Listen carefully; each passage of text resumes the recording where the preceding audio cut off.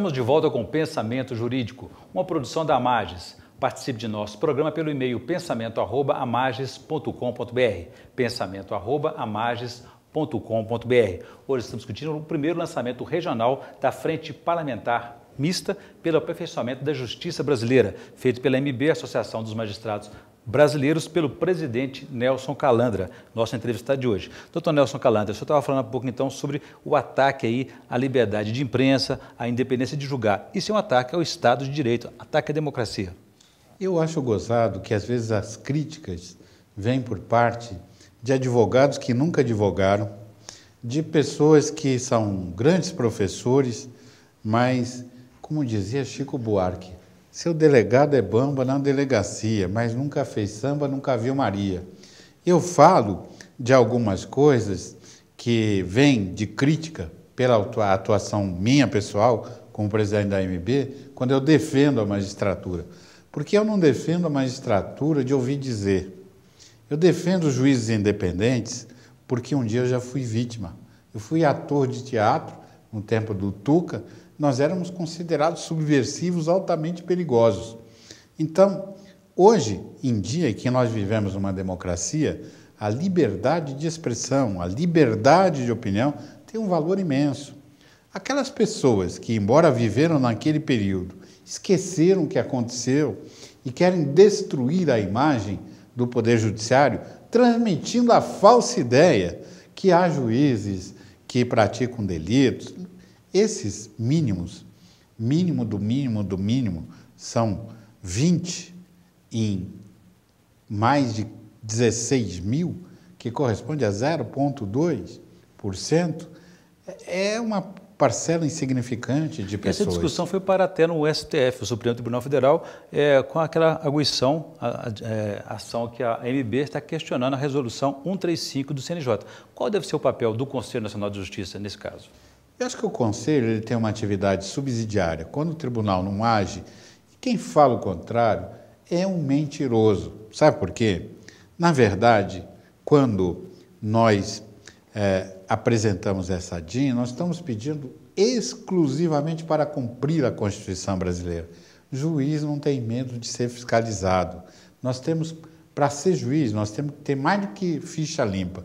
Nós temos que ter coração limpo e vocação para servir. Então, nós queremos que o CNJ atue de forma subsidiária. Sabe por quê? Eu sou desembargador no Tribunal de São Paulo.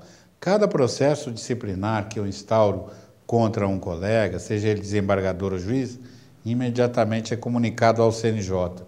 Isso é acompanhado pelo CNJ. Se eu não apurar, se eu falhar, o próprio CNJ pode avocar o processo. Então, quando se fala que o Calandra quer destruir os poderes correcionais do CNJ, quando falam que nós, juízes, queremos fugir da fiscalização, não. Nós queremos ser fiscalizados, porque o processo já é escrito, sempre acompanhado por 2 advogados, pelo promotor, pelas partes, pelas testemunhas. Então, nós somos um poder democrático transparente, 4 instâncias para fiscalizar aquilo que o juiz e nesse disse. caso, o senhor defende também a redução dos recursos. O senhor acha possível? Isso não afetaria, por exemplo, o direito de defesa? Esses exageros do CNJ, eles só acontecem porque a Federação Brasileira ela foi ferida de morte por maus brasileiros, por pessoas que querem anular o Estado brasileiro para criar um Estado centralizador e onipotente. Lá na Venezuela ocorreu isso. O próprio presidente da Suprema Corte, antes do período Chávez, já era um período crítico, eu estive lá e disse, aqui o Poder Judiciário é bicéfalo. A pena de morte na Venezuela, mas eu não posso fazer nada sem pedir autorização ao CNJ, ou seja, eu não tenho independência para administrar. Mas nós temos aqui o CNJ, que é uma realidade, mas ele deve exercer a sua função real, apoiar o juiz, e não sair por aí fazendo propaganda de juízes que erraram. Mas o problema está na competência ou está na composição do CNJ?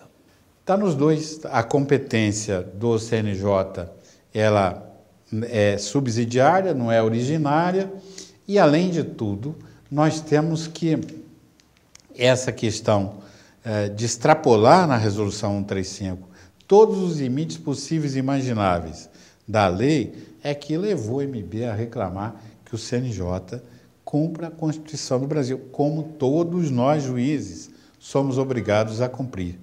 Então, tudo isso é um movimento de adequação, nós temos que ser respeitados por aquilo que nós dissemos. Há uma emenda no Senado, a PEC 15 do senador Ferraço, que propõe que haja 2 instâncias no lugar de 4. Ou seja, juiz de primeiro grau, tribunal decidiu, para por aí. Não é? Só mesmo em casos extraordinários... Cumpre a sentença. Cumpre a sentença. Não pode ficar 11 anos para cumprir uma sentença.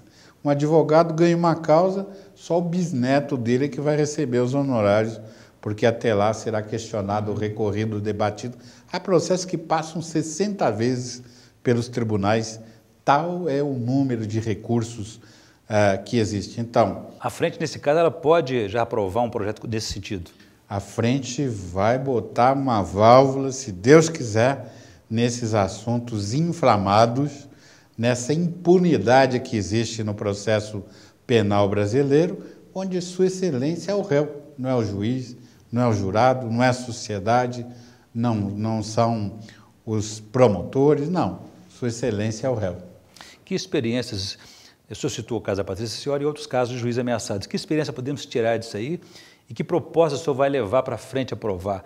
Os juízes dos estados, como os de Minas Gerais, poderão apresentar propostas nesse sentido? Sim, nós estamos colhendo propostas em todo o país e eu queria elogiar a base parlamentar de Mato Grosso, o senador Pedro Taques, o deputado Wellington Fagundes, que nos ajudou, que motivou o lançamento da frente que já está com mais de 200 assinaturas. Eu queria convidar você, que é deputado, que é senador, que ainda não assinou o manifesto pela frente, que faça a sua assinatura. E você que é eleitor, cobre do seu deputado, do seu senador. Porque nós, se tivermos uma densidade grande na frente parlamentar, nós vamos conseguir essas mudanças legislativas para levar paz até você. Enquanto juíza for morta, juiz for morto, promotor assassinado, jornalista morto, assassinado de modo brutal, nós temos que coibir tudo isso. Muito bem, doutor Carlos, eu vou fazer um novo intervalo. Eu gostaria que no próximo bloco o senhor apontasse para a gente aqueles projetos que já tramitam no Congresso que deveriam ser aprovados para trazer essas melhorias na justiça brasileira. A gente volta em instantes.